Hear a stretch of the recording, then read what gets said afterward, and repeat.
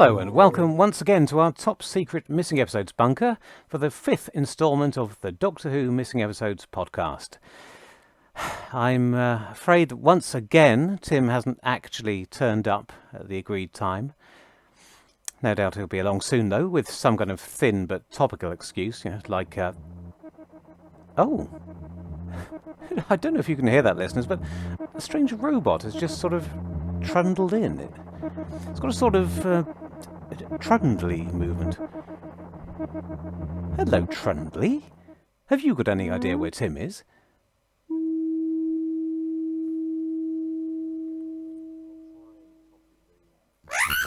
Greetings, Paul. Greetings, Paul. Greetings, Paul. I am speaking to you via this robot. Oh, are you going to do the entire podcast remotely, via the Trundly? Yes. But why?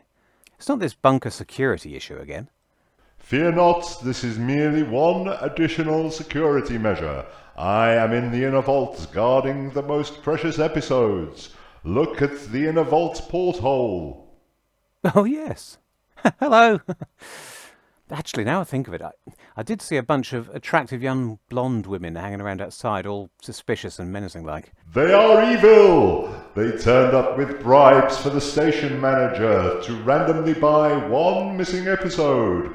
Who would have thought that such pretty little creatures could do such nasty things? I told them to bug off, built these robots, then sealed myself in the inner vault, breathing only this acetic acid off the rapidly vinegaring films. Look, you don't need to worry about the station manager anymore. He died in a freak fire. Really? Really? Yeah, rumour is his last words as the flames rose higher were, "I don't know anything about missing episodes." I'm going to miss that lovely old crook. Yeah, me too. You going to come out and record this podcast then? Give me a moment then. So, as I was saying, welcome to this, episode 5 of the Doctor Who Missing Episodes podcast. This time we'll be talking about Galaxy 4, the first serial of Season 3, of which we have an almost complete third episode, Airlock, and a quarter of Episode 1, 400 Dawns. Later on, we'll be joined by Jan Vincent-Rudzki. Oh, sorry, doing normal now, aren't we? Jan Vincent-Rudzki, who not only preserved that quarter of episode 1, but he also obtained all those 1 or 2 second little clips on 8mm film from the black and white era, including Stephen getting his haircut at the start of 400 Dawns. Yep, lovely stuff. So, as normal, Paul, we'll have a look at the background to the story and see what was going on behind the scenes at this start of Season 3, and then we'll talk about the characterization and see what's going on with the people in the serial, and then we review it, and then we'll have a chat with Jan later, and then we'll talk about the missing episodes aspect. So we've got a chock full bumper episode. We have. For such an unassuming little story as well. Indeedy. Is there anything novel about this story, Tim? Well, there is something novel in that in our little project it's the first non-historical we're looking at. Indeed. Because all those historicals were so harshly treated, it's such a run of bad luck, for whatever the reason was that they didn't survive. And without revealing that I didn't enjoy this as much as the other episodes, we've been spoiled rotten, haven't we, really? That's kind of where I was going with it as well, yeah. Yeah, in that we've missed some of the less dynamic stories that have been in the show so far. Dare I say, the Sensorites, or perhaps the Web Planet, and so on. You know, the real slogs, and we've had excellent stories to watch. And so, without revealing my hand too early, there has been somewhat of a drop-off in dynamism. How very euphemistic or diplomatic, one or the other. But there's plenty of interesting stuff to discuss. So this is Galaxy 4. It's written by William Ems.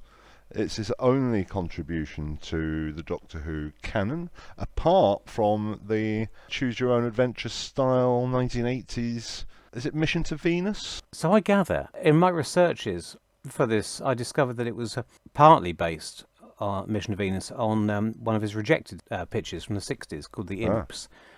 So bearing that in mind, I might actually go back and to my shelf and check Mission to Venus, which I've had up there for 35 years and never read. I know. Evidently, William Ems submitted many storylines to Doctor Who into the 1980s, but all were rejected.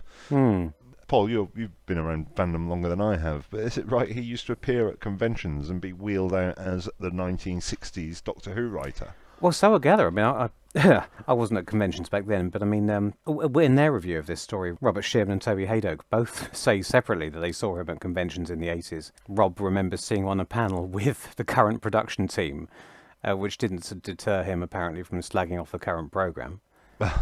While simultaneously moaning that they wouldn't give him any work. So it's clearly a complicated man. Either that or completely given up by that point. Yeah, he was quite in 1965 when this was written. He was quite a newish writer to my mind, in that he'd only been writing since '63, having been a teacher before that. And he did go on and write for, as they all did, write for some reputable TV shows, didn't he? Red Cap and Public Eye and Callan. I would have seen those episodes, but I must admit none of them stuck in my mind as being particularly exceptional. I think I'd have made a note, and remembered that they were William Ems if they had been. But on the other hand, I don't remember them being particularly bad. So what are we saying? You think he was probably went on to be a very workmanlike television writer? Perhaps. I don't know. If there are any William Ems fans out there, do feel free to get in touch with Paul. Yes, please. This was a challenging time in terms of changing the production team. So Verity Lambert is producer in name only, and John Wiles has come on to take over the production. Spooner is script editor in contract only, and Tosh has well and truly taken over. So Tosh didn't have anything to do with the time meddler. He didn't need to, but he did get his teeth into this. And when William Ems wrote this, he had the Dravins as male. Yes. But it was evidently outgoing producer Verity who suggested they should be female. It's interesting, isn't it? Because right away it makes one suspicious. Yeah. Because with the best one in the world, you might consider one of the most interesting novel facets of the story. And it's not that novel. No. But it's not even his. This would have just been, if some may say, it's so difficult to discuss this without playing our hand too early. Some may say this is a bog standard Doctor Who story, but how much more bog standard would it have been if this had been your standard race of bog standard male aliens strutting about with their hands on their hips? And yeah, the change of sex, if nothing else, it gives it a point of difference to the ordinary male characters in the Space Museum, doesn't it? It does. There are many reasons why Verity might have done this.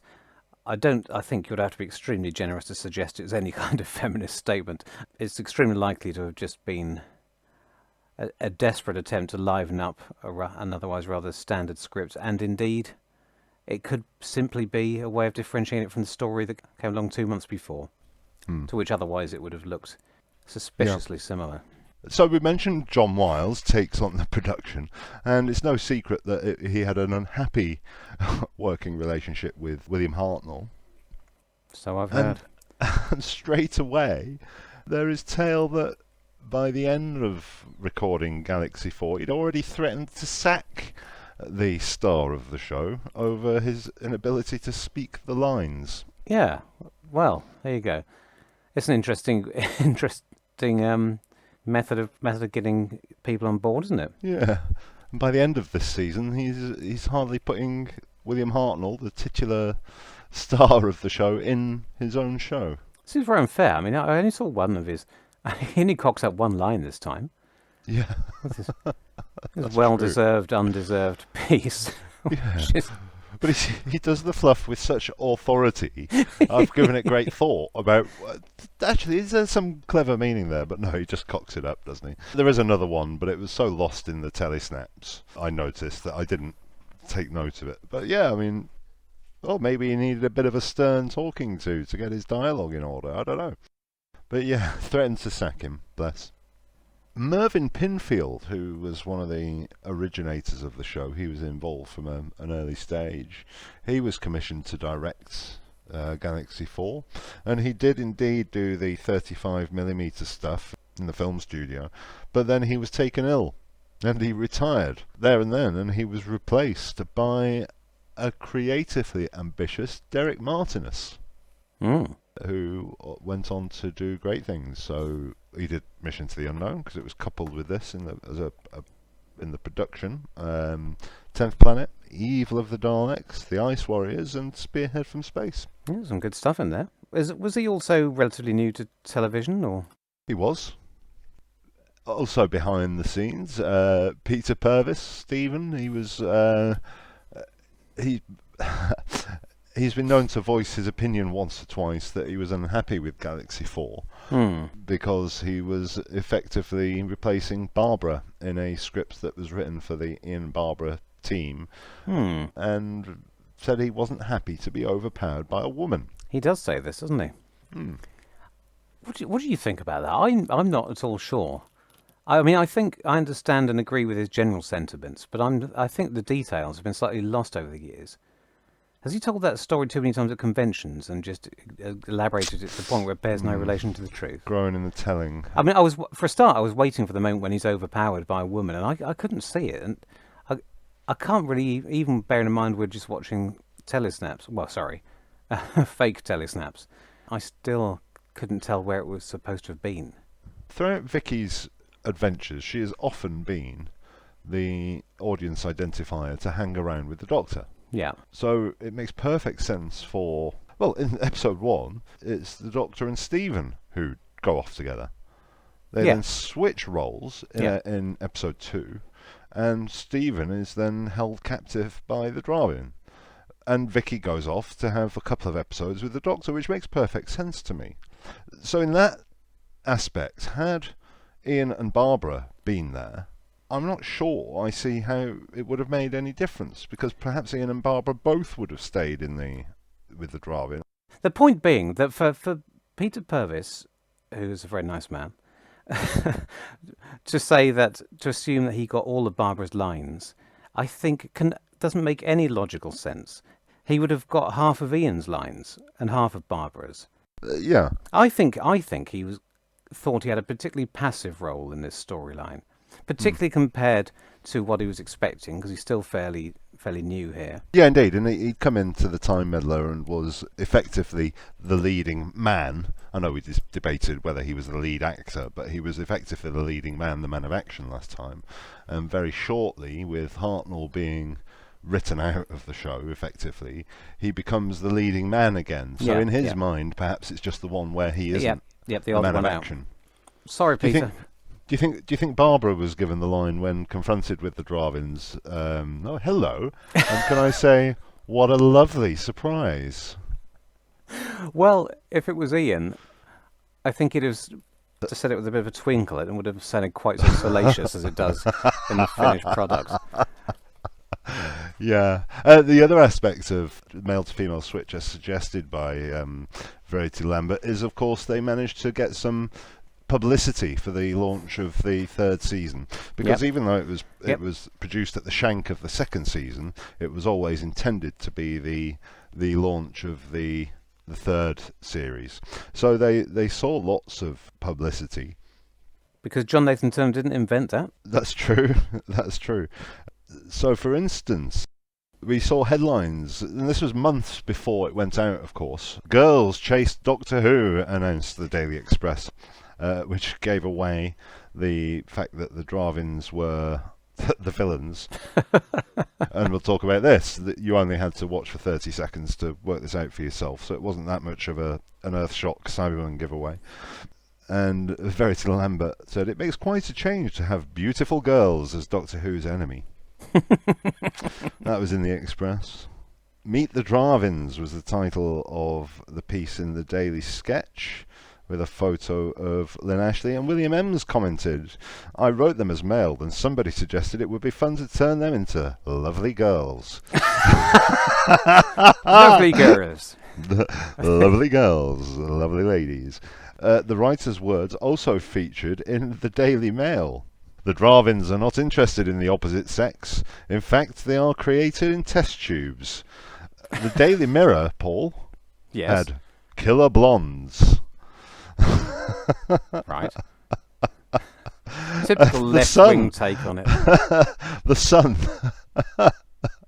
ran a similar Dravin photo warning, "Look out, Doctor Who, they're beautiful, blonde, and deadly."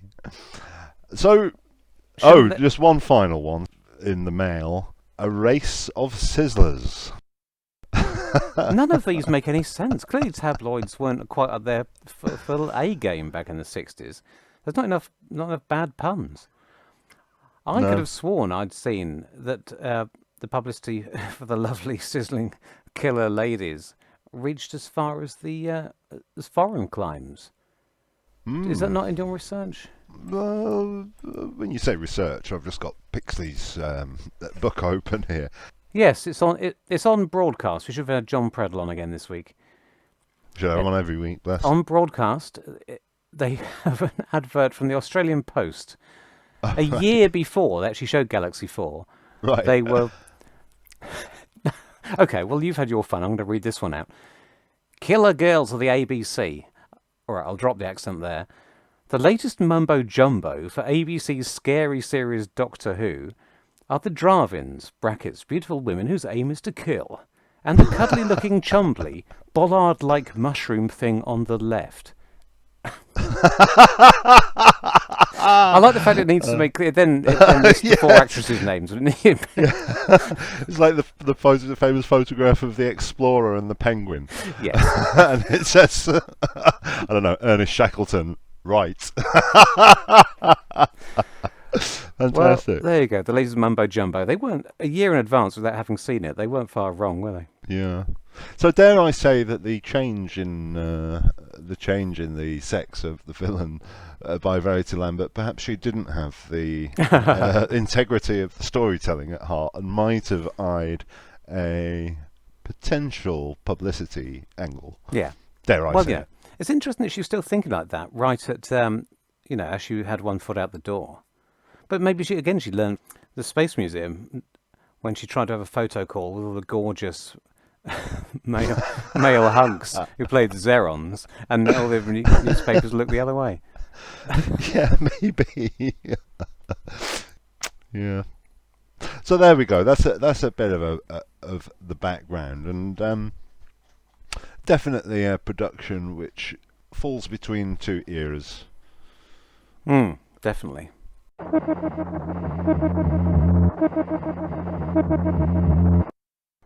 We'll probably end up messing up the running order and bounce about a little bit, but I just want to talk about some received wisdom and what people say Galaxy 4 is about.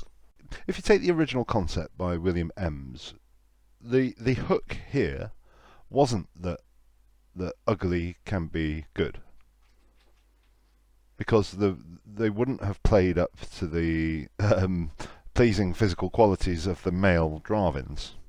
I've given this a lot of thought. Yes, go on. Isn't the hook that you've got two spaceships on an abandoned planet and only one of them can make it off, sort of thing? Which one will it be? Isn't that what he's writing about? Yeah, I think you're right that at its heart it should have the moral dilemma of two warring races and only one can get off the planet. That should be where the tension comes from. It should be a very, very tense story. I wouldn't like to say, I mean, that's what the story is. To the extent that there's any kind of theme to it, you're quite right. Fandom, I think we all grew up being told, this is the one where, this is the beauties in the eye of the beholder, don't judge by appearances story, where we're told that it's essential to the point of the story that the beautiful Dravins turn out to be ugly on the inside and the ugly Rills are creatures of beauty on the inside. As you quite rightly point out, if you know the background to the story, we know that that can't be what it is because that was never William Mems's intention. But also, you don't have to watch it for more than a few minutes before it becomes apparent that that isn't the case. Everybody is very suspicious of the Dravins from the very beginning. From the very beginning, apart from the very beginning, where Stephen sees them and says, "What a lovely surprise!" But after that, Stephen and Vicky and the Doctor have taken it in terms tag team to be sceptical and undercut everything the Dravins say. The Dravins don't make any attempt to come across as appealing or... That's not true. That's not true. Marga's first words are along the lines of, "Hello, would you like to take a seat?"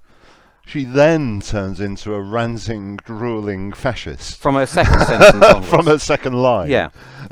So, I think you would have to be as easily swayed as Stephen is by the sight of a pretty face and long blown locks and strange dotted eyebrows, and turn your brain off as soon as they started talking to still think that that's what the story is about. But the flip side of that is, it doesn't have to be Beauty and the Beast. I think the surprise that the Rills are not as monstrous as they appear to be is still the main point of the story, regardless of whether the Dravins are beautiful. It's actually humans versus monsters. Correct. Yes. It's kind of made explicit in the 4th episode. The Rills state their belief that the Dravins only hate them because they hate everything that is unfamiliar and different, which could be a great moral.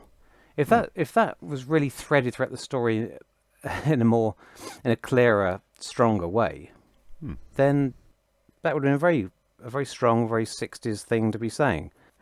To what extent do you think does making the Dravins very conventionally attractive people rather than just representatives of humanity, a human-like species, to what extent does that actually undermine it does, what I think the real message of the story is? It just confuses things, doesn't it? It does confuse things.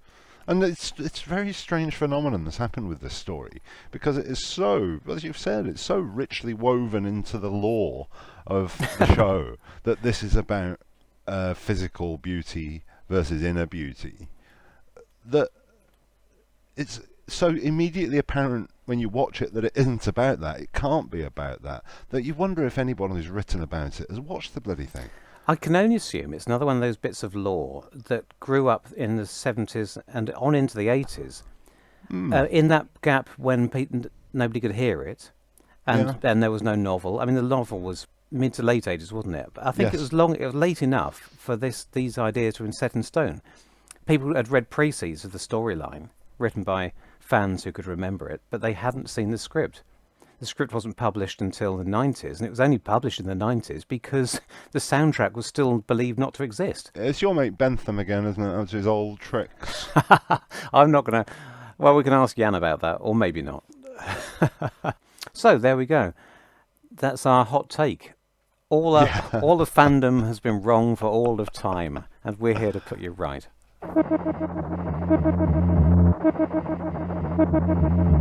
Is there anything to say about the characterization in this ongoing review of the early years of the show? Not a lot. It's a bit of a non-entity as far as characterization is concerned, isn't it? It doesn't add anything to our knowledge of these characters, and I mean, depending on the point of view, it barely even does justice to what we already know. So, I wouldn't have said so. But there's nothing about the Doctor in this, is there? Apart from his wild and inaccurate guesswork to bring some absolutely contrived mysteries to the show, which are debunked within seconds. Again, it's not really a character thing for the Doctor, because it makes him look like a moron. But, you know, they land and he said, this is obviously a planet completely bereft of life. Can it be? Can it be that a planet so conducive to life somehow doesn't have any? And then that's blown out the water within 3 seconds as the Chumbly feels its way around the ship. Absolutely. So, yeah, that's typical of a lot of the dialogue in this story. A lot of it. Yeah, indeed. And coming back to the fact that all the characters are sceptical of the Dravins from very early on. Well, he's not content to have got that so utterly wrong that within seconds he does it again. He says, well, the Chumbly is obviously blind, because it's feeling its way around the ship. So you're thinking, okay, so there isn't life. Maybe there's a robot life on this planet, but it's utterly blind. which isn't touched on at all in the rest of the show. I think there's a question of whether they can see in one direction. But that's abandoned, so that's another slapdash bit of guesswork by the Doctor. I think it's probably a William M's problem that they're putting in these contrived mysteries which last about 5 seconds. Yeah, it's almost like having settled on his storyline and worked it up, and now he's painting in the detail over the skeleton that he's committed to. As he's putting dialogue into the mouths of these characters, they're coming up with better ideas than he has, and so he's stuck with it. What do you do? They've either got to say something that's not true but is interesting, or guess the truth immediately, which would be even worse. He's just kind of lumbered. Yeah. The only other thing I saw about the Doctor is, as well as Stephen getting in on the act with the lovely ladies, the Doctor gets an eyeful, doesn't he? Which thankfully we can see in that quarter of episode 1 that exists. But when he's describing the female form to Marga, he does eye her up and down and have a little smile to himself, doesn't he? Dirty old lech. Yeah, he's regretting not staying with the Kamaka. So we've talked about Peter Purves and his perception of being given Barbara's lines, but Stephen himself, he's quite a suspicious chap, isn't he? He's also piling in on the Dravins from 5 seconds after meeting them, but also he doesn't trust the Rills, so I thought that was fair enough. That not only was he questioning the Dravins' motives, but later on he does question the Rills. I think that's in character for Stephen. He is basically, when he's not delighted that he's found some blackberries for breakfast, his basic default mode is to just shout cynicism at people. And then Vicky? Well, not really. I mean, she gets, for about 10 seconds, she gets an action scene where she actually does overpower a Dravin, which is maybe Peter Purves was watching from the other side of the studio and was jealous of that bit. She also outwits a Chumbly. Yep. But really, she doesn't have a lot to do or say in this either, does she? Apart from one massive scream, she's mostly the good-natured Vicky we've grown to know and love. Sense of fun coming through. Yep. I would have liked to have seen the lines that that Maureen O'Brien was unhappy with. Twice, of course, now that we've heard tale of her being unhappy with the dialogue supplied for Vicky and complaining about it at the rehearsal stage, which of course gave John Wiles the idea to sack her. Yeah, not to do. Well, he had two options: do something about it, which would please Maureen O'Brien and make a better programme for the millions of viewers. Yeah. Or get her out of the way. Yeah, because she was contracted for many more episodes than she eventually appeared in, I believe. But no, just sacked her. We'll come back to that. Yeah. The most interesting aspect in all of the characters for me was the relationship of the drones, the clones, to Marga. And I think that's the interest of the writer here. It is. That's the most interesting stuff, isn't it? It is. And again, it's all under the surface. That's, to the extent that he has any particular investment in this story, that's where it is. And it would have been the case whether they were all male or all female. Yeah. It's slightly unfortunate that change it to all female and puts you in that sort of two Ronnie's worm that turned world where... and it's only just a one throwaway line. Oh, yes, we have those on our planet, but they're of no use whatsoever. It's I can't even work out if that's thrown in there as a joke or something sinister. It's difficult to say. But really, whether or not them all being the same sex would have played in if they're all men, because of course, sorry, I'm skirting around your point, and I will come back to it. But it just strikes me that a race, if we see 4 alien aggressors on a planet in Doctor Who and they're all men, we don't assume that they're from a species that only comprises men. We just assume they left the women at home because that's what television was like back then. Yeah. Whereas there has to be a reason why there's 4 women. So it's not particularly progressive, is it? As we've already established, it's a publicity stunt, so it's not remotely progressive. Yeah. So, but putting that aside, yes, the class hierarchy. Is it a story about class? Is it a story about eugenics? What is it a story about? They talk about it quite a lot. There's a lot of dialogue on that point, but none of it really gets to the heart. It seems to go beyond the science fiction superficial layer and tell us what William Ems might be worried about. Is this something he worries about happening to us in the future, or is it a sort of Aldous Huxley Brave New World scenario where people are born into different social strata and there is no movement up and down? Is it a social satire? It's just not clear. He denied being influenced by that, didn't he? When it was put to him in later years. Oh, did he? Yeah. Oh, well, there you are So then. you're not the first person to... What a hack. For all that I just moaned that he could have done more with it, what he does do with it is entertaining. And it's a very dialogue-heavy, quite prosaic story, but some of the world building is okay. Some of them, what threaten to become moral conundra that pop up in these discussions are okay. It's just slightly frustrating that it's just there as window dressing rather than being tied into the themes of the story itself. The Chumbleys, Paul. Yes. Again, it's a real mixture of good and bad, isn't it? They look quite fun. They've got some interesting gimmicks. The sound effects work is excellent, as it is in all 60s Who. If you turn the vision off, which effectively is the state we're in, it's like watching the web planet. It's almost entirely audio rather than... But it's another one of those attempts to come up with the new Daleks that they just can't get over all the way through the 60s, from the mechanoids to the crotons to the quarks. But if that's how these things start off, it doesn't go that way in the story. They have a more useful function, don't they? I think calling them Chumbleys, I can't work out again if that's charming or the most ham-fisted piece of writing ever. It's part of my list of grievances that immediately Vicky calls them Chumbleys because they have a sort of Chumbly movement. Yes. Now, this Chumbly is supposed to be a bit of a portmanteau word of chum and friendly or whatever it is. Bumbly. But it completely undermines any tension that you get from them. So you've got Vicky calling them these lovely cuddly-looking creatures, and then within a couple of minutes she's outside and she's screaming, "Doctor, a Chumbly!" It's like saying, "Doctor, a lovely jovial fellow is threatening me," and it completely undercuts It's baffling.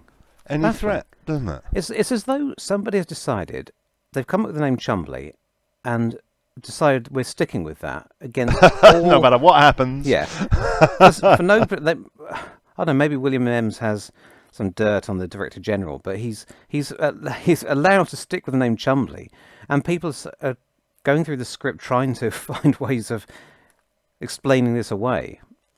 But everybody, from the Doctor to the Rills themselves and the Dravins, goes along with Vicky's made-up word without... But every time she mentions it to somebody new, they say Chumbly. You call them the creatures you call Chumbleys. We get stuck with for 4 episodes. It's so baffling. They should have been called Bastardtrons or something. I'm not a science fiction writer like yourself, Paul, so I'm not strong on the creative side. That's a good one. Bastardtrons. Can I file that away for later? Not a lot to say about the Rills. Very earnest chaps, aren't they?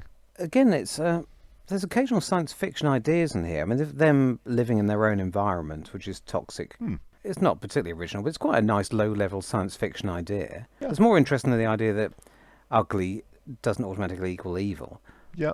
The fact that they don't breathe oxygen and the fact that they don't speak English and have to absorb the language from Vicky's head are both quite interesting ideas. And again, I really would have thought, my instinct would be that Donald Tosh added these little details in.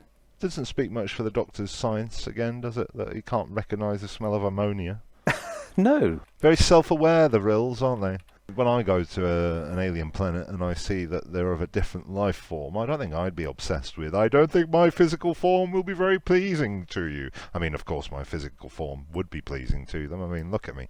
But I don't think I'd be very worried about that. I don't think that would be the first thing on my mind. Maybe they've had an experience with humankind before. They're all a bit slarty Bartfast, aren't they? My name is not important. You would not like our... Yeah.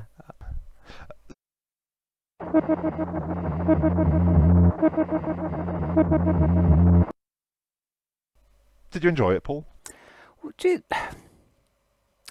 It passed the time. I don't know what I would have thought if I hadn't actually been. I was thinking more deeply about it than, well, A, than it deserved, and B, than I would have done if I'd just been watching it for pleasure because I knew I was going to be talking about it. I think I got more pleasure out of trying to work out what it was trying to say, what William Ems was thinking, than I did from just in. But that's not to say that I disliked it. I've seen nothing made me grind my teeth particularly. So really, I would put it in there fairly low down in the pantheon of First Doctor stories, but by no means at the bottom. Yeah, that's one of the interesting things about, and I hope the listeners will recognise that we've been very positive about the Doctor Who that we've seen. It helps that we've seen excellent Doctor Who, but the good thing about bad Doctor Who, inverted commas, bad Doctor Who, is that it's interesting as to why it misfires, and therefore there is pleasure to be gained from understanding it. I know you did a podcast about the Twin Dilemma the other day, and while I don't rate the Twin Dilemma as low as others do, it's still an interesting watch because you're wondering, well, why quite doesn't it work? So, yeah. Yeah, I mean, that's why I'm a Doctor Who fan. There's something about the programme that it has to go disastrously off the rails before I find it unwatchable. And I'd rather watch an unsuccessful Doctor Who story than an unsuccessful Star Trek. I like Star Trek, but it can go, for me, it has much wilder ups and downs than Doctor Who. And I find Doctor Who's ups and downs fun and all part of the ride. Yeah. Some positives from this. I think the landscape is realised beautifully in Ealing or wherever they were. The 35mm stuff. I think that's a successful piece of design. I enjoy the music. Indeed, we borrowed a piece of music for the theme of this podcast. I thought that worked very well. I think you mentioned earlier, the Radiophonic Workshop are doing extremely well to bring these Chumblies to life with their little tweets and chirps and so on. I watched this twice. I watched the cut down recon that was put out with the Aztecs special edition, and then I watched the episodic reconstructions, the loose cannon full versions if you like, and found the latter more enjoyable. And the reason I found it more enjoyable in a story that is notoriously accused of treading water is that what little tension the story managed to garner needed that more time to gently build, because when you watch the cut down recon, it's a bit of a highlights package, and you lose any of that tension that is built up about the time factor and so on and so forth. So enjoyed it, benefited more, oddly you would think, from having a slightly longer format. Yeah, the truth is somewhere in the middle there. You're absolutely right that early on it needs time to build the tension. The pacing is off because in the last episode he hasn't left himself enough plot, and it really does. That's when it starts to tread waters. That's when I could have done with it cut down. So, but yes, on the whole, you're right. It's not one that I feel would particularly benefit from having more of it found, because there are only excluding the TARDIS, there are only really 3 sets in the thing, so we've got a pretty good idea of what it would look like. We wouldn't learn anything new. It would only benefit from the fact that it's always nice to be able to see the bloody things. But really, it was hampered at script stage, or possibly earlier than that at conception. The only way it could have been any better, I personally think, is if there are some actual twists in the storyline. It's curiously it's only got one idea of drama. It does try to ratchet up the tension. I think at the storyline stage, it probably looked like it would get quite tense. But for a story which everyone remembers as the one where nothing is what it appears to be, actually everything is what it appears to be. So any kind of twist would have been, because normally I would complain if they pulled the rug out from you in a really contrived way at the end. Aha, you didn't see that, but really that's the only way to raise this up a level. Yeah. I mean, I suppose if you hadn't have called the Chumblies the Chumblies, and you'd have called them Bastardtrons, and they were somewhat more menacing, and that the Dravins and Margot were utterly charming for 20 of the 25 minutes, and then the episode 1 cliffhanger is you actually see that Margot's having a smoke out the back and she's not all that she appears to be. Yeah. I suppose you'd get 25 minutes of of drama and subverting your expectations. Exactly. There. And but I'm not sure there's 4 episodes in it. It's not going to win any awards. That's still hokey, but it is. But it is a surprise. It's a dramatic. It's a turn, a reveal. There are no reveals, no twists, no nothing. It all just happens. Yes, that's its biggest problem.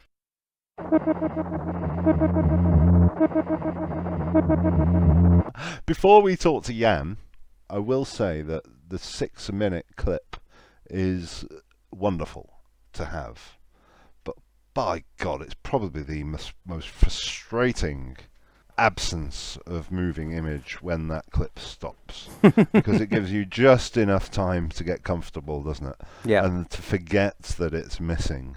And you really, I mean, it's a substantial whack of Galaxy 4 that exists, or 400 Dawns that exists there. And to me, it's the most, I mean, there is always a frustration where, a deep sense of frustration, where, you know, you'd watch episode 1 of The Web of Fear, and then you can't believe that you can't watch episode 2.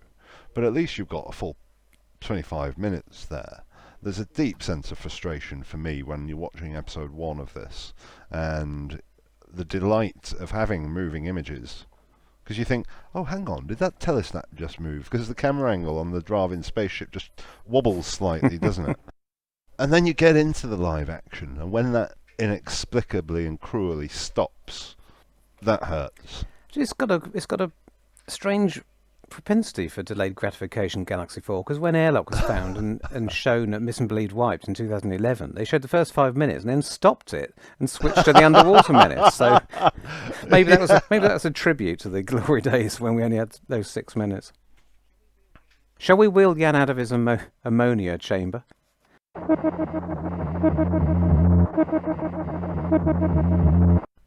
And now we're very pleased to welcome our special guest for this episode. We're joined by Jan Vincent-Rudzki. Fresh from his appearance, you may have seen him on the Who's Doctor Who Revisited documentary on the Talons of Weng-Chiang Blu-ray. Jan was one of the founding members of the Doctor Who Appreciation Society way back in May 1976, and he's had a long-standing association with Doctor Who fandom. I think it's fair to call him an elder statesman. But if he doesn't want to be called an elder statesman, I'm sure he'll correct me on that point. He's also had various run-ins with the world of missing episodes, and perhaps best known in that context for helping to preserve for us just shy of 6 minutes of 400 Dawns. So, good evening, Jan. Good evening. Now, you're fortunate enough to have been a viewer of Doctor Who since, the very start? Yes. So you'll remember Galaxy 4 from the first time round, first and only time round. That is correct, yes. What did you make of it at the time? Like most Doctor Who's at the time, it frightened the life out of me. And it was exciting because there were weird aliens, and it was on a very strange planet, nice studio planet. And for me, being a great fan of the TARDIS, there was a whole thing with the TARDIS helping out with the spaceship. Yeah. So I have a very vivid memory of the cable stretching out across the landscape into the police box. Is it a blessing or a curse that you can remember it but can't ever revisit it to make sure that your memories are in line? Or would you rather not remember it? Do you know what I mean? No, it's a blessing. I mean, I started recording Doctor Who audibly in the end of the Mythmakers, and because I used to listen to the audio recordings so much, I kept a fairly good visual memory of them. Right. So right. Sure. I won't even watch these reconstructions because I look at them and think, that's not right. I couldn't tell you what was right, but I know they're not right. You've known Ian Levine a very long time, and he, as well as, I think, did he record the first half of each episode and then wrote copious notes on the second half? No, I think he did an audio recording of the episode and then wrote it all down, transcribed it, because he hadn't got enough money to keep tapes. He would have to wipe the tape and reuse it next week, because audio tape was very expensive in those days.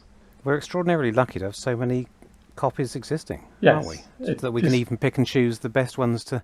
Yes, I mean, my earliest recording was the first and second episodes of the first Dalek story, because I happened to have access over Christmas to a tape recorder, and you can hear my dog barking when Susan screams in episode 1. Yes, it's on a frequency that only they can hear, isn't it? Yes. And you can hear me saying, there was someone, when Susan is saying something touched her. Aged 8. I not only remembered Galaxy 4 here and there, but actually really strong in my memory is the Junior Points of View episode where they interviewed the actor who played one of the Chumbleys. So he was in the studio as a Chumbley, if I remember correctly, and they took the top off and they talked to the guy about being a Chumbley. I mean, Junior Points of View had some lovely stuff at the time. I don't think I've ever heard of that one before. There was another one where they had the Zarbi coming into BBC reception, picking up their lunch boxes to go off and have their lunch break. But sadly, of course, they're all white. So moving on into the 70s then, you become rather more active in Doctor Who fandom, and you're kind of king of Doctor Who fandom by the end of the decade. But how does that get going? Were you a member of the Doctor Who fan club, the first version? Yes. Right. Were you happy with how it was run? I assume it wasn't a coup. You didn't oust Keith Miller. What happened was I was in fairly frequent contact with Keith Miller, who ran the Doctor Who fan club, and he did say at one point, would I like to be a sort of helper? To which I said yes. And it was about that time that I'd gone to university, and we formed the DWAS Society at Westfield College in October 1975, and that was after I'd met Tom Baker at a charity event earlier in October. The society allowed us to have a Doctor Who Appreciation Society. The union allowed us, but we didn't get any money. And I'd seen at some point in the World of Horror magazine a classified about a magazine called TARDIS. So I wrote into the editor of that and ended up writing an article on the TARDIS for issue 2. Then Gordon Blows took over the magazine, and I got in contact with him, and we discovered that he also was a member of the Doctor Who fan club and had been asked by Keith to be a helper. So Gordon came round to the university, and for a few times we met up, and Keith had gone very quiet. So we said, in the sort of process, why don't we expand the university society and make it sort of more widespread, I suppose in a way universal. And so that's how the big DWAS came into existence. How many members did you have in your university club? Not that many. I had a note somewhere, I think about 23 people turned up to the first meeting. But you weren't deemed worthy enough a subject to receive union funding? No. I mean, they tolerated us. They thought we were mad, like everybody else in the world did, but we persevered. What do people think of the programme at that point? Was Tom Baker universally liked? I don't know about the universe. I mean, at school, I didn't really say much about Doctor Who because people were sort of rather snooty about it all. I got more kudos at school when I gave facts and figures because that sort of impressed them that I knew so much. And we certainly got more kudos, a friend and I, when we went onto the set of Curse of Peladon. We actually got a day off from school to do it after this friend and I had been pestering Barry Letts at home on the phone, and he said, all right, you can come round and see a recording. But on the whole, Go Public thought it was a mad programme, and you didn't really sort of shout out to people, hey, I'm a Doctor Who fan. You kind of sussed people out to see if they were fans, and then, yeah, you're away. But it was like a sort of secret almost. So, I mean, do you think when you were at university, were people very Was there a lot of nostalgia already for the early days of the programme? Which, back then, you wouldn't have realised were some of which were gone forever, but...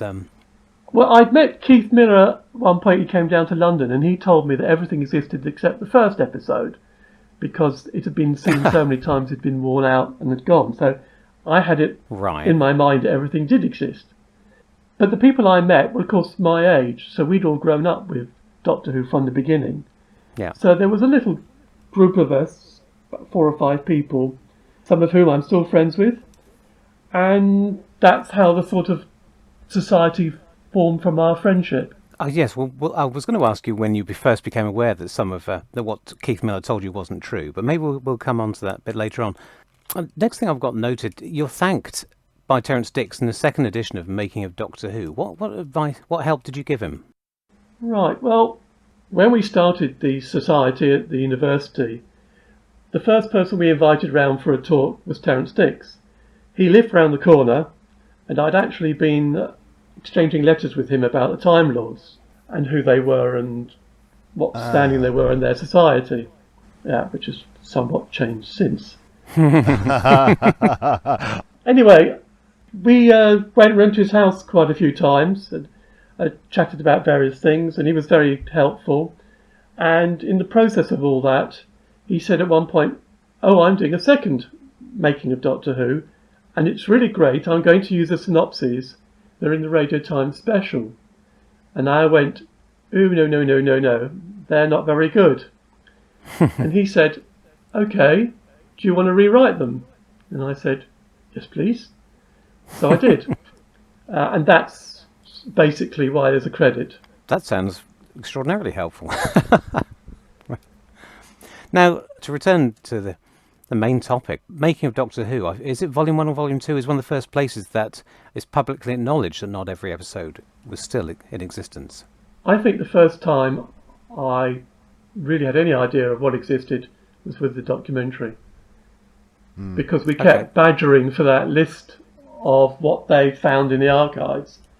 And as I think you saw in the Blu-ray, there was a list that they gave us of what existed and didn't. Yeah. Now, was that comprehensive, or was this just the list that Terence Dicks had drawn up, suggested clips for the? No, this was done by the documentary production office. Right. Terence Dicks had gone to the archives and looked at episodes, so his suggestion for what came before the documentary and never happened did include stuff that he knew existed. Right. So let's skip back a bit. How did you get involved in the production of the first ever documentary on the subject of Doctor Who? Well, first of all, there was going to be a series of 3 clip shows over Christmas to bridge the gap between the 2 halves of that season. Because of... No, I think it was the head of serials wanted a break for some reason. Somebody wanted a break. So they wanted to fill it with something to keep the viewers going between the 2 parts of the season. But that fell through. And so it ended up with Lively Arts and Tony Cash. And so I knew Terence Dicks knew of us, and he also contacted Jeremy Bentham as a reference department. Yeah. And then basically we all got involved. And I mean, at one point Steve and I went round and saw Tony Cash, and we had a long chat about what could be used and what might not be. And in fact, he even at one point said we could be the researchers.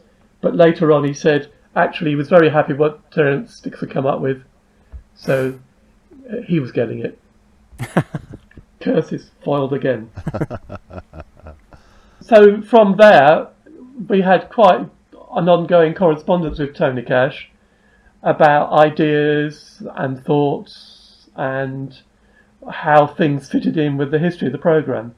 And there was a very lovely time when we went round to his office and we actually watched a couple of episodes and that Blue Peter 10th anniversary piece, which was incredibly exciting. Fantastic. In the Who's Doctor Who Revisited thing, they have the notes from the Lively Arts researcher, a chap called Ben Miller, I think, and he reviewed a number of episodes, and so his comments are quite pithy and cutting about, he watched The Crusade at 1.5 speed because he thought it was dull and... Well, that's it, you see. I mean, that was the big problem I had with the documentary, because it wasn't actually made for fans. Yeah. And that's why I was quite disappointed by it at the end. Right. Not enough clips. Right. And during the process, as we've established, you finally got to see a list of what did exist and what didn't. Yes. So with Keith Miller having raised your expectations, it must have been a bit of a blow to see the harsh reality.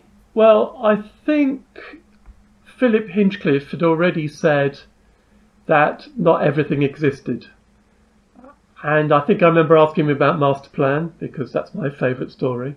And he said, no, that's gone. So there was certainly an inkling before then that not everything existed. But was it obvious to you at the time then that some episodes existed in the BBC's official film and or videotape library and some only existed in BBC Enterprise's archive? Well, certainly after the documentary, yes.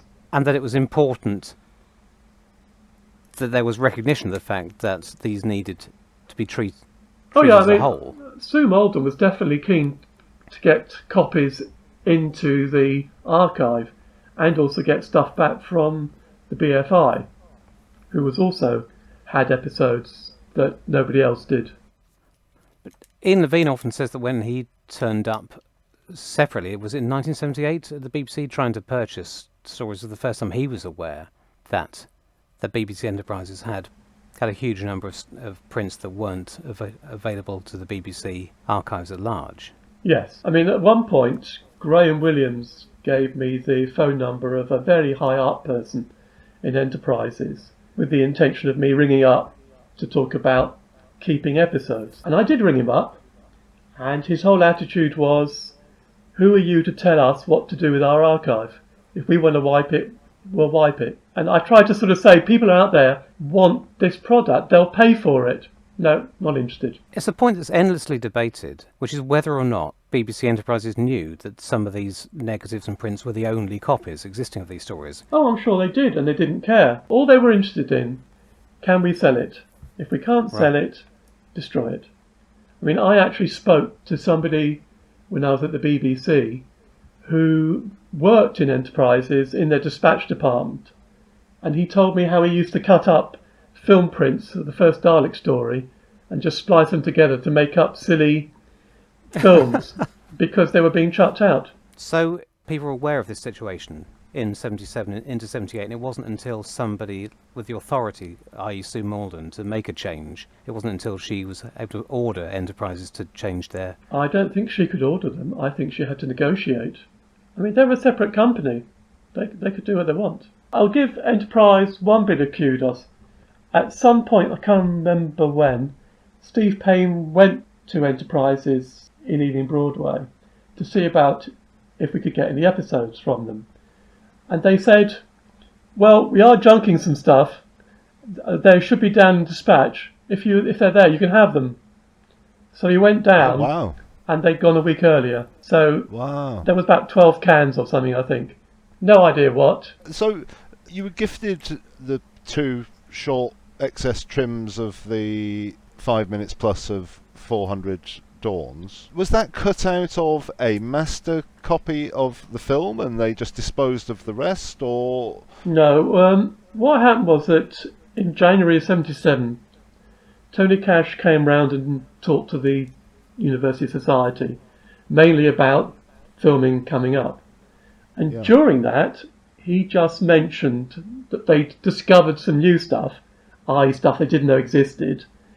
And he said that they would have to make prints of episodes to decide how they're going to make the final episode. And if they had anything left over, he would give it to us. Right. So what they did was they duplicated the Galaxy 4 part of episode and cut out the bit they wanted, and they would have just flung the rest out, but they gave it to us. Right, okay. So they only copied the 6 minutes that contained the bit that they'd eventually elect to have. Well, they copied the bits I had and the bit in the middle that they used. Yeah, okay. Fine. Because it cost money to copy film. So they only would copy the bits they wanted Sure. with a bit of leeway. Makes sense. No, I was concerned that they'd taken the master copy and just cut it up because it was no longer for sale by Enterprises, and then No, at disposed that of the point, rest. as far as I'm aware, the whole story existed. One of the big problems with it was that it was a separate film and a separate soundtrack. Oh, goodness. So you had to have really professional equipment to look at it. Yeah, I can imagine. So I didn't get to see the clip for quite a while. And how long's quite a while? I don't think probably for a few months. Right. Because it would have to be knowing someone at the BBC. It would take Steinbeck to look at the episodes. So, I mean, 16mm film projectors were not exactly common or garden at the time anyway. Actually, our university had a 16mm projector, so we did take all the offcuts we got and watch them, but only mute. Yeah. If they'd had a soundtrack, it would have played it, but that would have needed to be an optical soundtrack. And, right. And it would have to be on the film print, and it wasn't. Exactly. Yeah. Well, that's very forward-thinking of him to give you both sections and not for you to keep it. Well, they were probably just kept together, and they just shoved them in together. Yeah. So, a few minutes later, you finally got to watch it, with the gap in the middle of the bit which actually made it into the documentary, and then it disappeared into your collection. It just got put away. Yeah. What else can you do with it? I have seen it suggested that you did offer it back to the BBC in the 80s. Well, that is true. But what happened was I was at the film library. I was chatting to Sue Malden. I mean, we worked in the same department, so I knew her. And I just mentioned in passing, I have a clip from one of the missing stories. And she said, in passing again, we're only really looking for full episodes. So the conversation moved on from then. Yeah.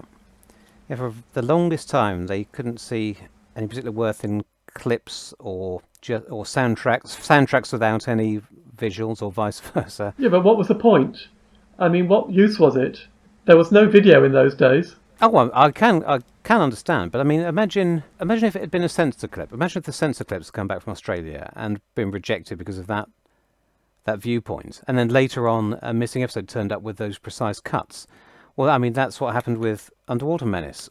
So, of course, I can understand that would have been seen as a bit of a long shot, but yes, I mean, an archive isn't a jigsaw factory, is it? No. You can't expect them to take in all sorts of odds and sods just on the off chance that in some distant future they may be. It's not Bagpuss's shop window. No. In a way, Sue Malden, without the opportunity to exploit the whole episodes that she has, it speaks to her efforts, really, because she was doing it purely for posterity. Oh, yes. Assuming that they couldn't cash in on them and they wouldn't repeat them. No, I mean, I remember her telling me that they'd got Web of Fear Part 1, and she was quite excited about that. Right. But it would just sit there in the archive, and everyone would feel a little bit better knowing that it's there. Yes. Yeah. So to finish the story of this extended clip, it finally got shown to the public in 1997 in the Missing Years documentary. The restoration team were talking about a video release, and so I said, well, let's get it transferred properly. And of course, that being at the BBC, they could very easily. So to return to our chronology, it's 1978 that you actually get a job at the BBC. Yeah, in the videotape department. Yes. And this is completely unconnected to your involvement in the documentary, to your presidentship of the Appreciation Society. This was a professional position. Yes. And in fact, I didn't tell anybody for quite a long time that I was at the BBC. Partly because I'd be badgered to let people in to watch episodes being recorded. Oh, right. And partly because people would start making assumptions about what I could do, provide, and all the rest of it. So it was much better just to keep mum. Yeah. We're just on at home, we're just on a iClaudius watch. And so when I was preparing for this podcast, I was reading that people thought iClaudius was missing because of the electronic filing system. Oh yes, well that was great, because me being me, I put into the system is I, space Claudius. Now, the poor souls down at the film library who didn't really understand the computer system because they were accustomed to card index would put in I space Claudius and it wouldn't come up. Or variations. And in fact, I ended up having to teach everybody at the film library how to use the computer system and how they had to think like a computer to and use check things. Yes. The rule was it was had to follow how it was in the Radio Times, which I cheated by making Doctor Who DOCTOR. But of course we came a cropper when we got to Not the Bird of Not the 9 o'clock news and other things like that. And in fact there was a problem with the whole system when it first started, and it missed off the first letter on the scheduling sheets. So there were programs called Lay of the Month, Lay of the Week. But you've got a foot in both camps here, because you're still working at the Appreciation Society and you're involved with their second convention in 1978. I get the impression you want to try and step things up a bit from the first year. It's decided to try and get hold of an episode or a story to show. Well, I think in the first year we wanted to show an episode or something, but hit the brick wall that there were all these hurdles you had to jump and it just wasn't possible. So we ended up showing the BFI clip from the second Dalek story, which you could hire at the time. And what had changed by 1978? Well, we decided we wanted to show an episode or a story for the Panopticon, the second convention. So Keith started contacting BBC Enterprises to see if we could get an episode or a story. And they were, to say the least, very unhelpful. They put all sorts of hurdles in front of us.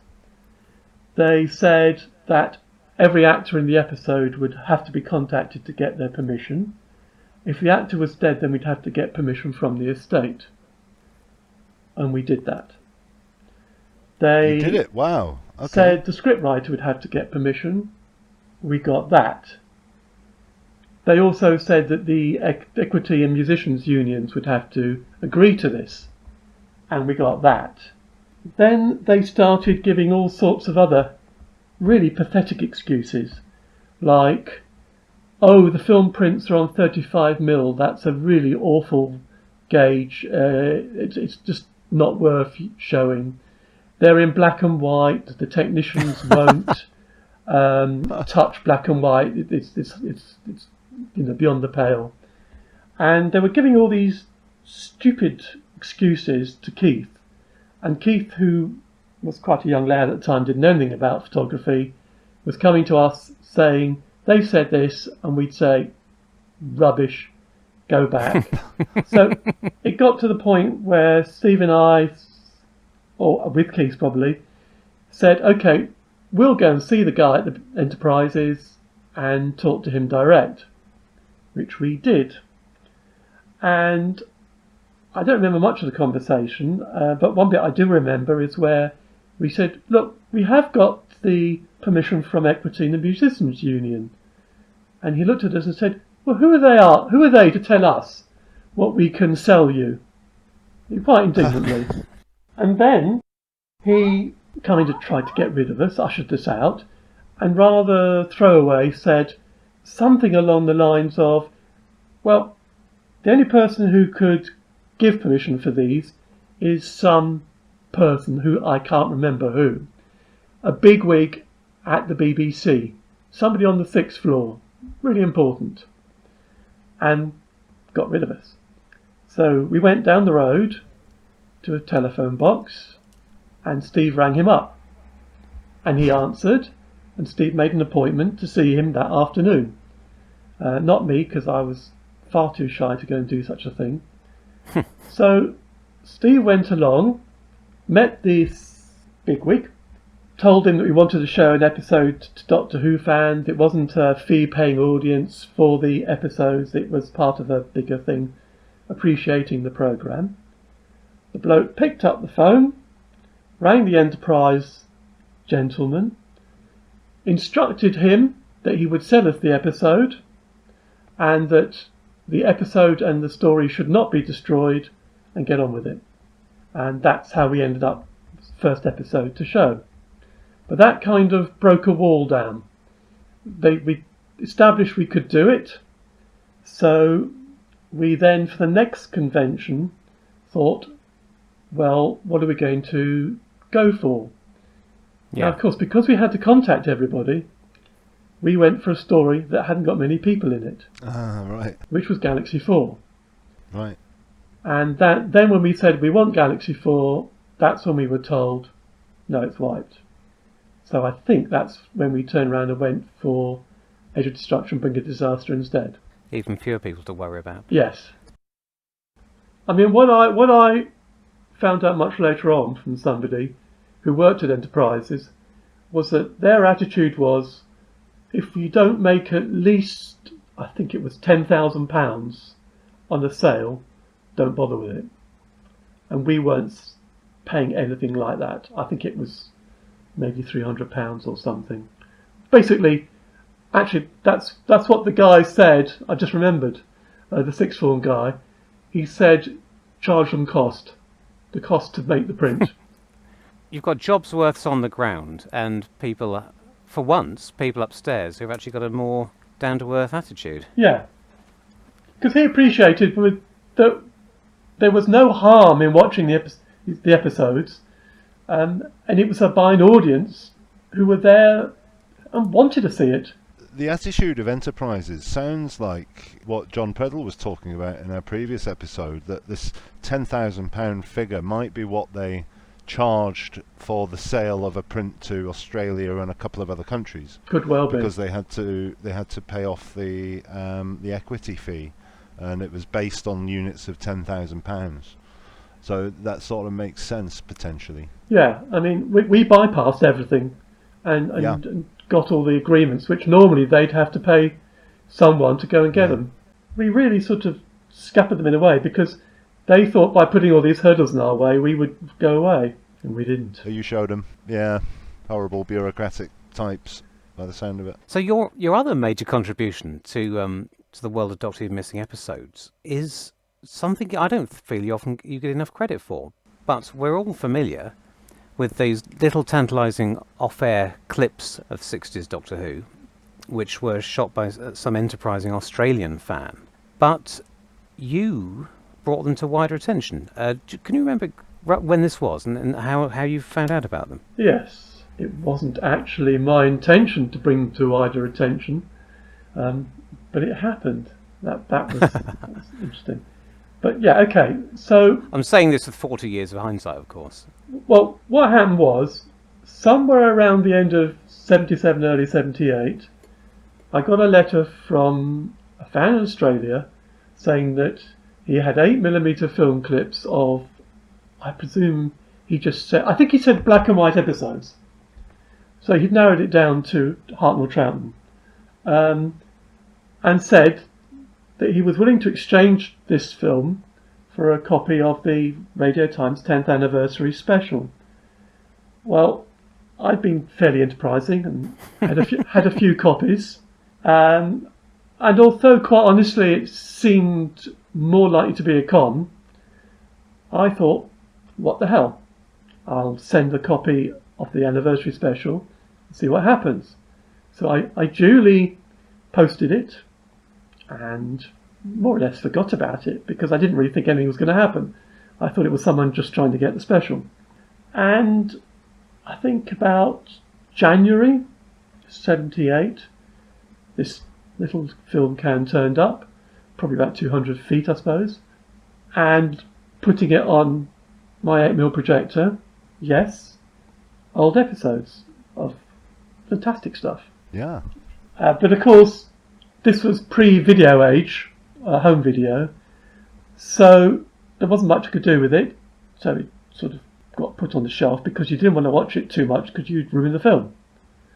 You know, once you've scratched it, you've scratched it. And I suppose when home video started to probably more the early 80s and the late 70s, I projected it onto a screen and used a video camera. So I had a copy on VHS, I think. And then somehow, and I've never found out how, somebody made a copy of it. And it went out there. Happens a lot, doesn't it, in the world, in the Doctor Who world? Yes, it's very sad, because obviously it was somebody I trusted, and they just went ahead. And I didn't know anything about it for probably quite a few years, and I think somebody told me there were these 8mm clips, and I just assumed it was the guy in Australia had his own copy and had given them out. So I didn't really think any more of it. It was out and about, and talking to the restoration team, I said, well, look, I've got the film, or a film anyway, you can make a copy of it. So again, they did a proper copy and used it in whatever they did a copy for. Then I found out at some point that I had the only copy. I didn't know that. Right. So then I realised that actually that film print was my copyright. And I did get a little bit miffed that it was used willy-nilly and I never got a credit. Never a thanks to or anything. And that actually irritated me more than anything else. And I think it was used in the Underwater Menace DVD release, I think. I'm not sure. But anyway. Oh, yes, it was, yeah. Zaroff's final moments. And I contacted BBC Video and said, oh, you've got these clips of my film. You know I hold the copyright. To which they turned around and said, no, you don't. BBC, so there. And I asked for a complimentary copy, and I did get one. But further investigating, I discovered that since the film print is mine, the film print is my copyright, but what's on it is the BBC. So it's a shared copyright. So right. I haven't made a fuss, but quite honestly I'd quite like to. And just say, just give me a credit and maybe a complimentary copy. I mean, I don't want money or anything, but, you know, I've looked after this stuff for 30, 40 years, and it would be nice to sort of have a little wave. But, so anyway, that's how it appeared. These clips are fascinating. I mean, it's been pointed out that a lot of them, even though they're very brief, you can tell that they're very telling moments. Almost, and it's been suggested that the person recording them must have known what was coming up, so perhaps they were repeats. Well, they are very interesting because there's one bit which is repeated. And I thought, well, how have you repeated this bit of the scene? So I don't know how they were filmed. I mean, I haven't been in contact back with him. But they always looked to me that they weren't off-air particularly. And if they were, really? They were on 2 showings or something, which is really weird. But I mean, when you first saw them, I mean, presumably it was exciting to see this highlights reel of the best of Doctor Who after 15 years. And whatever. There were TARDIS scenes. Yay, Seventh Heaven. Yeah. As you may know, I really like the TARDIS. Then there's that really crucial stuff from the 4th episode of 10th Planet. Absolutely, yes. Yeah, absolutely. And early Power. That's an amazing Power collection. 1. I mean, you can edit all that together, and we've got several minutes of the most important changeover in the history of the programme. One of the best regenerations. Yeah. Well, let's raise a glass to him, wherever he is. And we'll give you your due credit, Jan, and hopefully the people who hear this. I will. There's some. I said at the beginning that you don't receive enough recognition of this, and I didn't realise why that was the case. So, okay, well, so just come back to our headline topic, Galaxy 4. For a long time, we had a couple of minutes of it. Then we had 6 minutes, and then we got a whole other 25. In 2011. It was revealed that Episode 3, Airlock, had been discovered in the collection of retired TVS engineer Terry Burnett. It was revealed to a small room full of people, missing believed wiped at the BFI. Not so small. A medium-sized room, and thence the wider world. I assume you were there. I was actually, yes. Yes. How did it feel seeing Airlock again after however many years it was? I can't do the maths. After a long time, yes. Oh, it's absolutely lovely. I mean, I knew what it looked like because I'd seen set photos, so I knew what to expect. I was surprised that the rill had appeared so early. Oh, right. I'd completely forgotten that. Brilliant monsters, and the whole idea that they lived in a different atmosphere. Yeah. But what particularly stunned me and showed how important the visual medium is, what particularly amazed me was Marga's speech to the camera, which was so powerful and was so much better than the audio recording. And Yeah, I think that absolutely. stole the episode. We keep hearing this, don't we? Or we keep witnessing this when, fortunately, episodes are returned. We saw this with Airlock. We saw it with Underwater Menace, with some of Troughton's tomfoolery, and then Enemy of the World episode 1. Who knew? Yes, exactly. And yeah, I mean, even these 2 episodes were full of so many unexpected joys that they couldn't decide which one to show first. We were all frustrated that they only showed 5 minutes of Galaxy 4 that first year and then switched to Underwater Menace, on the grounds that it was considered to be the bigger revelation of the 2. Well, I think the Troughton one was more interesting in as much it was now the earliest full episode of him.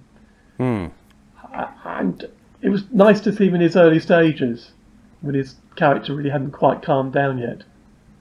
I mean, that was one of the lovely things about Enemy of the World, was where you could see Jamie and the Doctor's interactions, nudging each other. Again, something you don't get from the audio. And also, finally, to see that kitchen episode put in place and realise it wasn't really an awful story. Yeah. Exactly. Now, if I was... One thing that day at Miss and Bleed Wiped in 2011 told me, if I'd ever doubted it, was that not to be sniffy about any episode of Doctor Who turning up, even the most...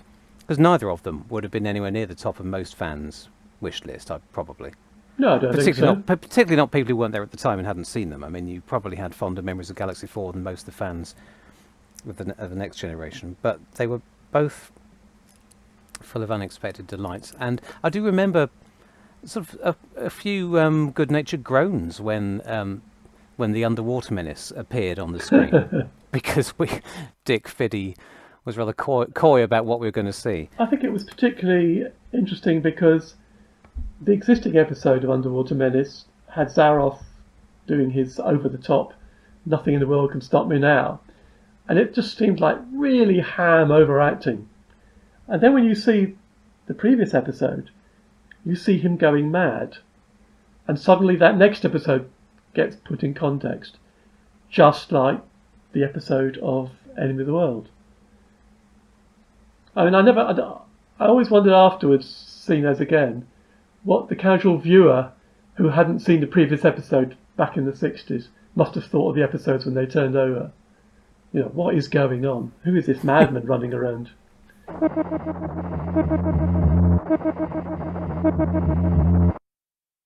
Yeah, and I will say, and I've said it in previous episodes, that despite any problems that you've had, that we have access now to some unique, momentous clips, lots of them, plus this 6 minutes of 400 Dawns, thanks to your efforts in preserving them. So thank you from us anyway.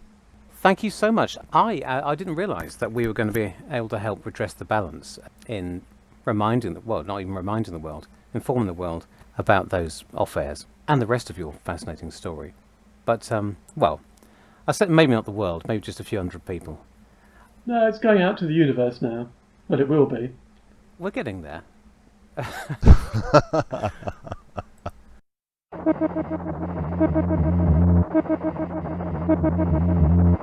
And now we're on to the missing episodes aspect. We discussed earlier whether or how much benefit there would be in having this found, and that we feel that of all the missing stories, it's one of those that wouldn't benefit too much from being found, but it would be a welcome return nonetheless. Paul, shall we talk about chances of it being found? Yeah, I mean, we've been, I don't know, open-mindedly optimistic in some of our previous episodes about chances, they are continuing to deteriorate, unfortunately, here. Sales of the series abroad are continuing to decline with Series 3. We're now down to just 6 countries. And pretty much that's going to be the same, with just a few minor exceptions, all the way through to the smugglers.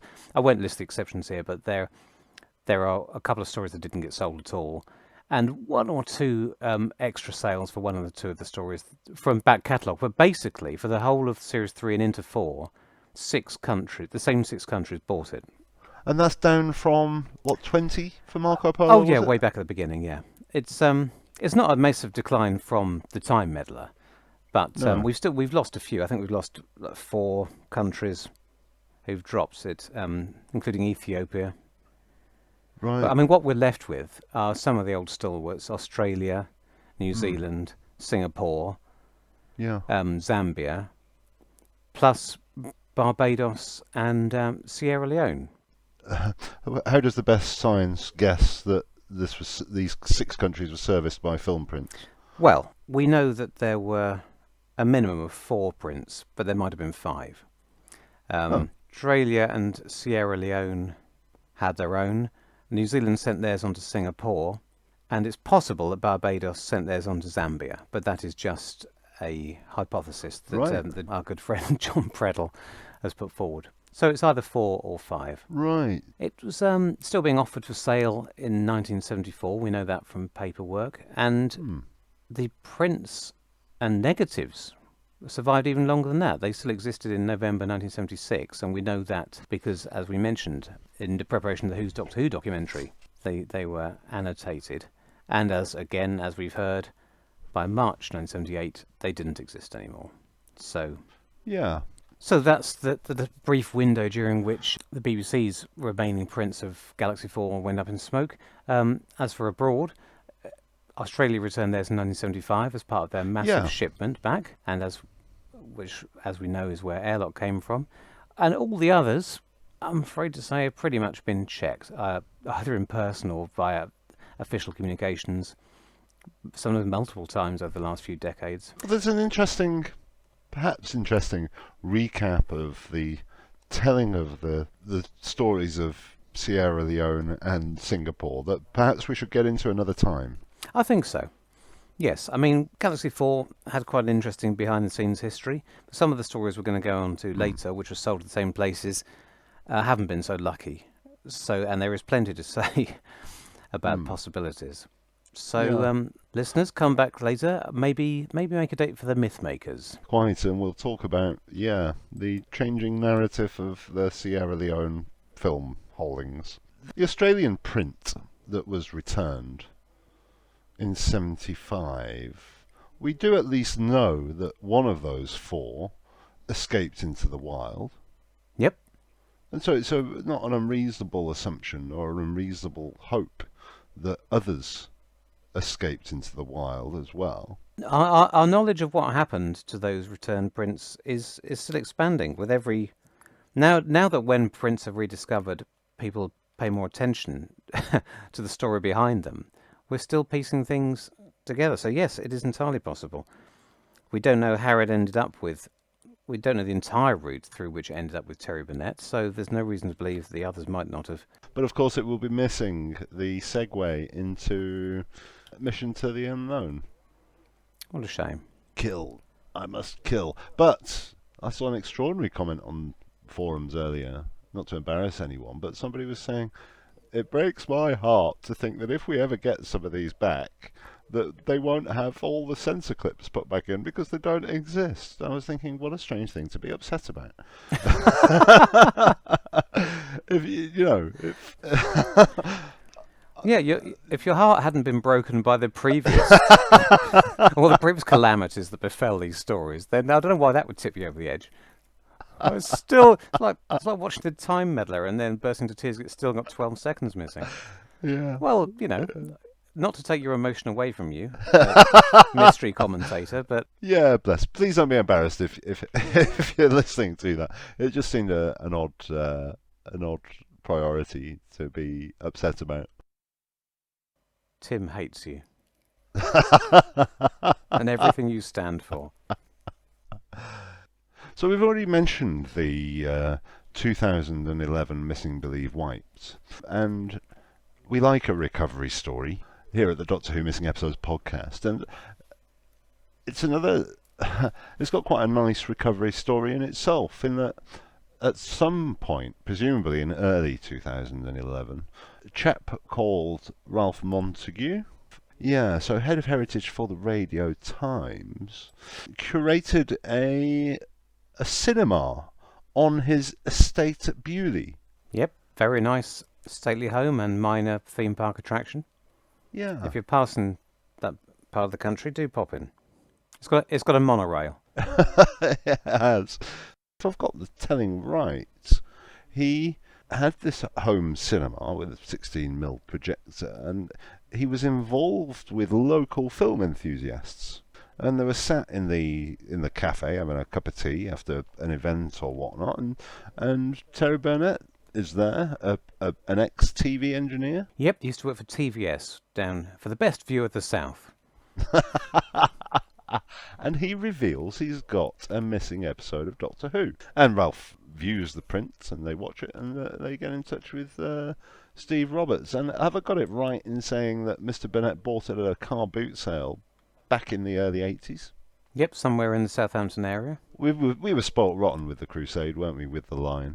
I know I keep saying it, but they've managed to track it back via numerous hands to the point it was disposed of by the TV station. And somewhat frustratingly, although it would be churlish to say, it overwhelms the recovery itself, but we know it ended up at a car boot sale. Or I should say more correctly, a school fete. But the story doesn't end there, does it, Paul? No. Because indeed it transpired he had a second episode of Doctor Who. It did transpire, but it didn't transpire immediately, did it? He forgot about this. And he forgot about it all the while that he'd given it to Paul Venezis, and it had gone off to the BBC, been cleaned and scanned and handed back to him.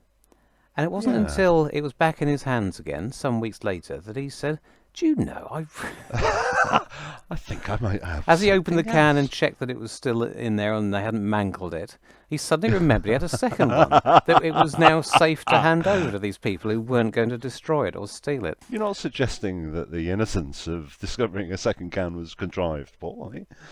I think Terry Burnett, and I don't think I'm alone in this, I think some of the people who were involved in this first-hand in this discovery, I think he quite wisely decided to, though he hoped that these people were going to treat his precious artefact with the respect which it deserved, he wanted to wait and make sure before putting all his eggs in one basket. And I don't blame him. What do we lose? A couple of weeks. Yeah. I want to know how he was treated regarding the second episode. Because if the restoration team took turns at, taking dumps on his lawn, he might be withholding episode 4 of the 10th Planet.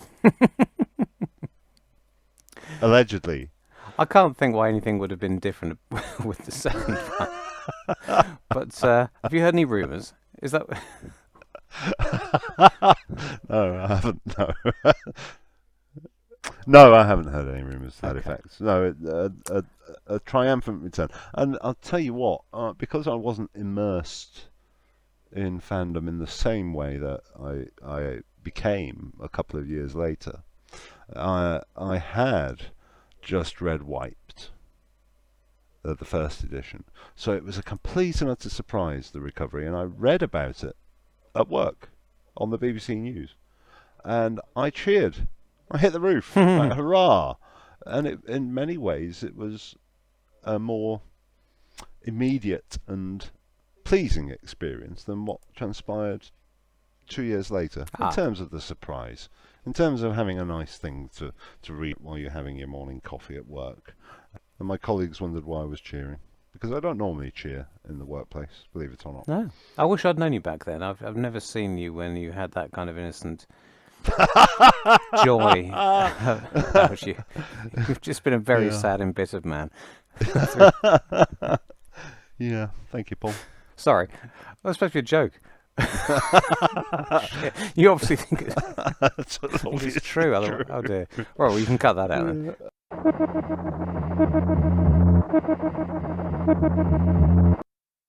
Well, that concludes our review of Galaxy 4. We hope you've enjoyed it. Thanks again to Jan Vincent-Rudzki for taking the time to chat with us. Absolutely. Paul, thank you very much. My pleasure. And do feel free to look us up on Facebook, that's Doctor Who and the Podcasters, and join our page for discussion and updates. On Twitter, Paul is at Mr. Paul Morris.